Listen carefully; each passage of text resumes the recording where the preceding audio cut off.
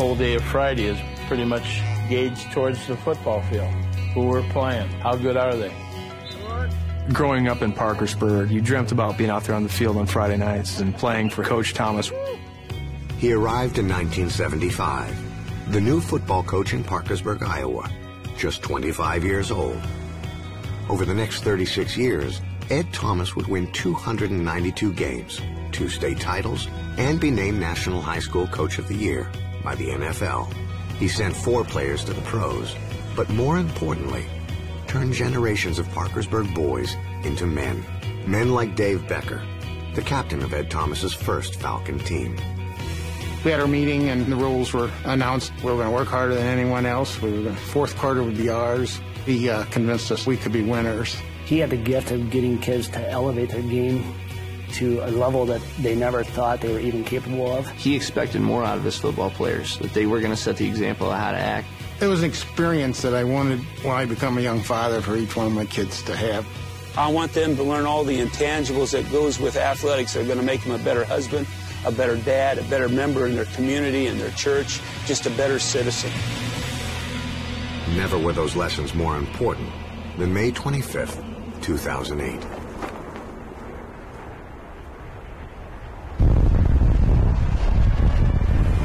Talking massive disruption, large gas leaks, flattened houses. I'm very serious. They need to get here and shut down this area.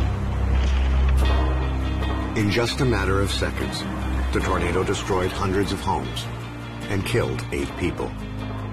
A big part of my life is this school. As you look at our athletic facilities, all destroyed, we're going to rebuild. Because I don't know how else you deal with it, but to move forward. With his own house amid the rubble, Ed Thomas guided Parkersburg out of the wreckage. Flanked by his current and former players, Thomas led a cleanup effort with an ambitious goal: restore the football field in time for the Falcons' home opener, just 100 days away. He just set the tone very early, and we were going to dust ourselves off. We were going to help each other, and we were going to get through this. I asked him, Coach, what can I do? He said, well, we have to get all them bleachers off the football field. And he put his hand on my shoulder and said, Dave, I'll leave you in charge of that. Alongside the football field being rebuilt, we were rebuilding our town, so it was an end goal to look forward to kind of that fall, that we could do something normal, because nothing was normal that year.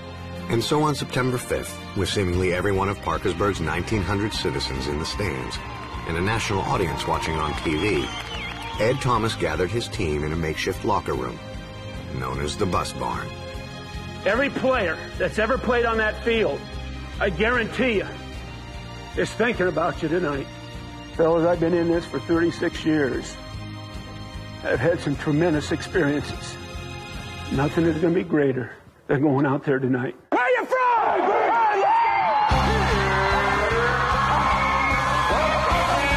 Just the fact they could play through that devastation and the team, the way they came together.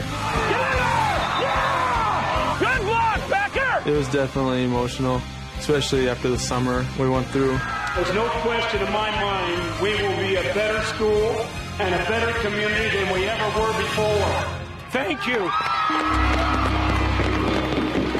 Big night. Well done. Coach Thomas led the Falcons to an 11-1 record that season. And as winter turned to spring and then summer, the town began to look like itself again.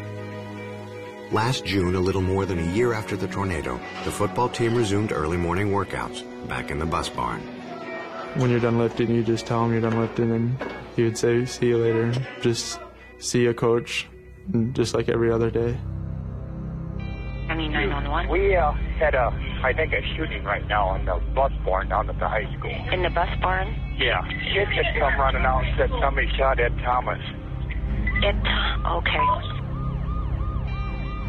Just a few moments after Scott Becker drove away, unbeknownst to him, his older brother Mark, a former Falcon starting lineman who had been recently diagnosed with paranoid schizophrenia, walked into the Bus Barn and in front of 22 students, pulled out a gun and shot his former coach 7 times.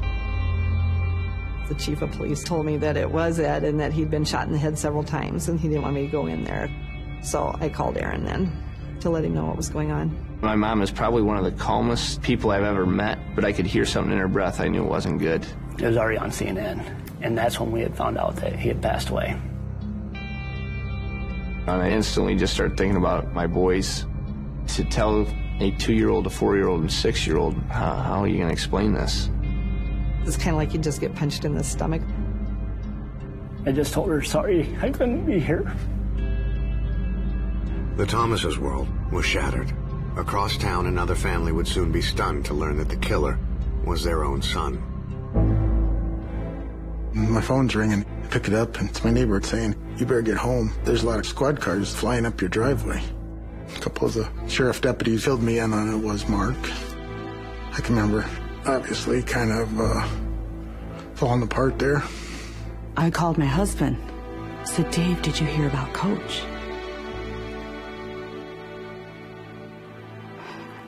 And he said, Joan, you've got to get somebody to give you a ride home. I couldn't wrap my mind around how a kid who Dad had taught and coached and reached out to would ever do something like this to him. My son was responsible for taking such a good man. How do you get over that? Just wondered how this was all going to play out. How are we going to live tomorrow? I was concerned about being able to live in this community. The Thomas family immediately addressed those concerns when just hours after the murder, they held a press conference and made an appeal to the town. Nothing can prepare you for what our family, our community is going through. We also want to make sure we express our concern and our compassion for the Becker family. We ask that people pray for them as well. How do you stand up there and offer comfort and prayers to the family of the person who shot your dad? And it took a lot of courage for Aaron to do that. Dad always taught us to lead by example. If we're going to tell somebody to reach out and support the Beckers, and if we're not doing it, that's not very good character. The day after the murder, Aaron and Todd sought out Scott Becker, one of Coach Thomas's players, who was struggling to come to grips with what his older brother had done. Our biggest concern, my brother and I, was just that for Scott to know this wasn't his fault. Right away, they said, we're here with you. That was probably the first time I broke down. Thousands came from across the country to Parkersburg for the funeral. But as the Thomas family mourned, they somehow found the strength to continue consoling the Beckers. This is a note that Jan gave to an usher, and it says, give to Joan Becker. Joan, Dave, and boys, we love you and are here too. Hang in there. Jan T. I'll never take this out of my Bible.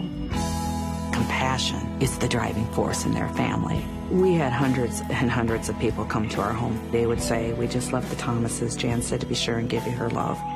I went down to the mailbox, and there was every square inch of stuff full of thinking of you cards. That's when I realized that it was going to be okay in the community. 2 months after the murder, the Beckers returned to Ed Thomas Field to watch their youngest son, Scott, play football again, now led by a new generation of Thomases. As we approached the crowd, of course they turned and looked and just started hugging. Once that kickoff took place, you said a feeling it's going to be okay. I know Coach wasn't there, but he was there. And it was Falcon football once again. The three things that mattered to Ed Thomas the most were faith, family, and Falcon football. And he dedicated his life to sharing them with the citizens of Parkersburg.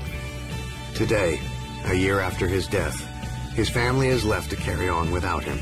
But just like Coach, they have led by example, showing uncommon strength, faith, and compassion at the darkest of times, revealing the power of forgiveness not just to a town, but the world far beyond it. And it is through the dignity and courage of his family that Ed Thomas's legacy lives on. I'll never be my dad, but if I can have some of the impact he had, I'll feel that's what I'm supposed to be doing. There's no doubt we have been faced with adversity. We made our choice on how we're going to react to it. My hope for the future is to be high school kids again, to just get to be small town Iowa, to move forward but not forget my dad and what he's taught us.